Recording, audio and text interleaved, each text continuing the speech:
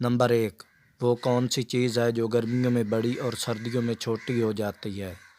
Number 2، حلال دودھ دینے والے 5 جانوروں کے نام بتاؤ۔